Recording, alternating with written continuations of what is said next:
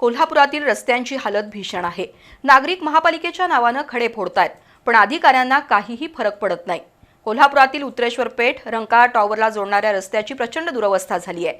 दुधाळी नाल्यावरील पूल आणि रस्ता खड्डेमय आहे। संपूर्ण रस्ता नव्यानं करावा या मागणीसाठी मंगळवारी भाजप उत्तरेश्वर मंडलच्या वतीनं रास्ता रोको आंदोलन करण्यात आलं। आंदोलन झाल्यानंतर नेहमीप्रमाणे महापालिका अधिकाऱ्यांनी आश्वासन दिलं। कोल्हापुरातील उत्तरेश्वरकडून महाराणा प्रताप हायस्कूलकडे जाणाऱ्या रस्त्याची प्रचंड वाताहत झाली आहे। दुधाळी नाल्यावरील रस्ता तर डर्ट ट्रॅकच बनलाय। शिवाय दुधाळी नाल्यावरील पुलाची सुद्धा दुरवस्था झाली आहे। महापालिका प्रशासनाकडे पाठपुरावा करूनही त्याकडे दुर्लक्ष आहे। त्यामुळे वैतागलेल्या नागरिकांनी मंगळवारी दुधाळी नाल्याजवळ रास्ता रोको आंदोलन केलं। महापालिका प्रशासनाच्या विरोधात जोरदार घोषणाबाजी करण्यात आली। त्यानंतर आंदोलनस्थळी आलेल्या शाखा अभियंता मयुरी पटवेगार यांना नागरिकांनी रस्त्याची दुरवस्था दाखवून जाब विचारला।